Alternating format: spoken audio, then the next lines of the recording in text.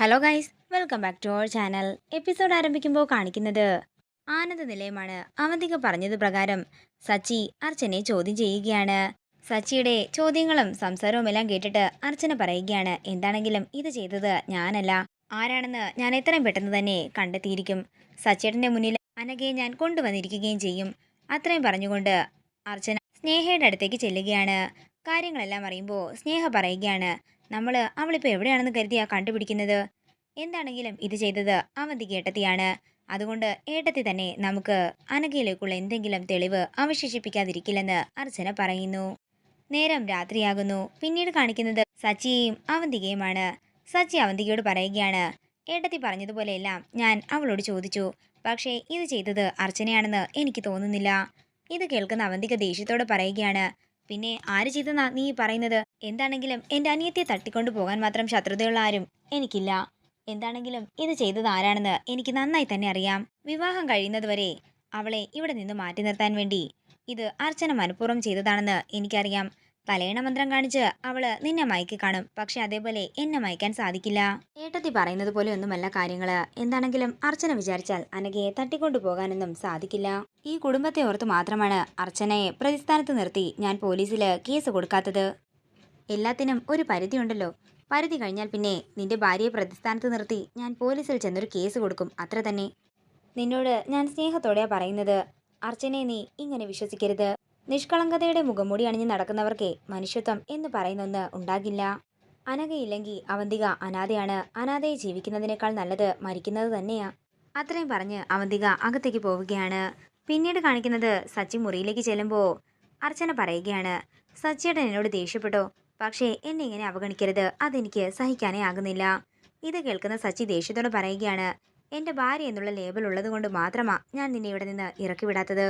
സച്ചിയേട്ടൻ എന്തൊക്കെ പറഞ്ഞാലും ശരി, ചെയ്യാത്ത കുറ്റം ഞാൻ എന്താണെങ്കിലും ഏൽക്കാനേ പോകുന്നില്ല. പണത്തിനു വേണ്ടി ഞാൻ ഇതൊക്കെ ചെയ്തെന്ന് സച്ചിയേട്ടൻ ഇപ്പോഴും വിശ്വസിക്കുന്നു. സച്ചിയേട്ടൻ ഓങ്ങിയ കൈ എൻ്റെ ദേഹത്ത് കൊണ്ടിരുന്നെങ്കിലും എനിക്കിത്ര വിഷമം ഉണ്ടാകില്ലായിരുന്നു. ഇന്നല്ലെങ്കിൽ നാളെ ഇതിൻ്റെ പിന്നിലൊന്നും ഞാനല്ലായിരുന്നെന്നറിയുമ്പോൾ സച്ചിയേട്ടന് ഒരിത്തിരി സ്നേഹം എന്നോട് തോന്നുമെന്ന് ഒരു പ്രതീക്ഷ. ആ പ്രതീക്ഷയിലാണ് ഞാൻ ജീവിക്കുന്നത്. എന്താണെങ്കിലും ഇതിൻ്റെ പിന്നിൽ ആരാണെന്ന് തെളിയിച്ചിട്ട് മാത്രമേ ഞാൻ സച്ചിയേട്ടനോട് സംസാരിക്കുന്നുള്ളെന്ന് അർച്ചന പറയുകയാണ്. നേരം പുലർച്ചെയാകുന്നു.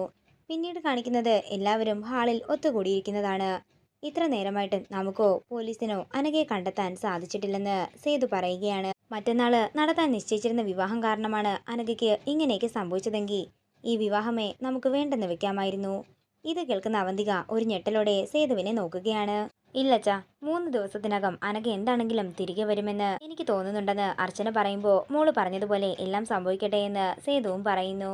അതേസമയം അവന്തികയുടെ ഫോണിലേക്ക് ഒരു കോള് വരികയാണ്. എല്ലാവരും അവന്തികയെ നോക്കുമ്പോൾ അവന്തിക ഫോൺ എടുത്തുകൊണ്ട് പുറത്തേക്ക് പോകുന്നു. അതേസമയം അവന്തികയെ സംശയത്തോടെ നോക്കുകയാണ് അർച്ചന. തുടർന്ന് അർച്ചന അവന്തികയുടെ പിന്നാലെ പോകുമ്പോൾ അവന്തിക ഒരു റെസ്റ്റോറൻറ്റിലേക്ക് വിളിച്ച് ഫുഡ് ഓർഡർ ചെയ്യുന്നതാണ് അർച്ചന കേൾക്കുന്നത്. ഫുഡ് എത്തിക്കേണ്ട ഹോട്ടലിന്റെ പേര് ഓർമ്മയുണ്ടല്ലോ? അവിടുത്തെ കോണ്ടാക്ട് നമ്പർ ഒന്നുമില്ല. റിസപ്ഷനിൽ ചോദിച്ചാൽ മതി, അവര് റൂം നമ്പർ പറഞ്ഞു തരും. ഒന്ന് വേഗം എത്തിക്കണേ എന്ന് പറഞ്ഞുകൊണ്ട് അവന്തിക കോള് കട്ട് ചെയ്യുമ്പോൾ അച്ചു പെട്ടെന്ന് തന്നെ തന്റെ മുറിയിലേക്ക് പോവുകയാണ്. അങ്ങനെ അർച്ചന മുറിയിലേക്ക് എത്തി തന്റെ പേഴ്സും എടുത്ത് പോകാൻ ഇറങ്ങുമ്പോൾ സച്ചി ചോദിക്കുകയാണ്, താൻ എവിടെ പോകുന്നു? എന്റെ ഊഹം ശരിയാണെങ്കിൽ ഇന്ന് തന്നെ അനഘ എന്താണെങ്കിലും തിരിച്ചു വരും. താൻ എവിടേക്കാ പോകുന്നതെന്ന് സച്ചി ചോദിക്കുമ്പോൾ അർച്ചന പറയുകയാണ്, എനിക്ക് കൃത്യമായൊന്നും അറിയില്ല, പക്ഷേ അരമണിക്കൂറിനകം അവളെ കണ്ടെത്താൻ സാധിക്കുമെന്നാ എനിക്ക് തോന്നുന്നത്. അവിടുത്തെ സാഹചര്യം എന്താണെന്നൊന്നും എനിക്കറിയില്ല, പക്ഷേ സച്ചിയേട്ടൻ എന്താണെങ്കിലും എൻ്റെ ഒപ്പം വരണം.